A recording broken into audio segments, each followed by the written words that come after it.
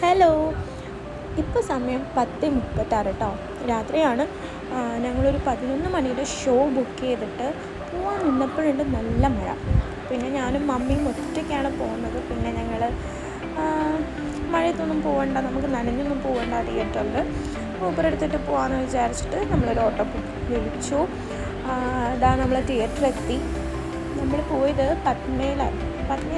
പത്മയിലായിരുന്നു കേട്ടോ. ഇതൊരു 2 ആഴ്ചയായി ഇപ്പോൾ നമ്മൾ പോയിട്ട്. വീഡിയോ ഇടാൻ ലേറ്റായതാണ്. ഇതാ പോപ്കോണൊക്കെ വാങ്ങി നമ്മൾ ഫിലിമിന് കയറി.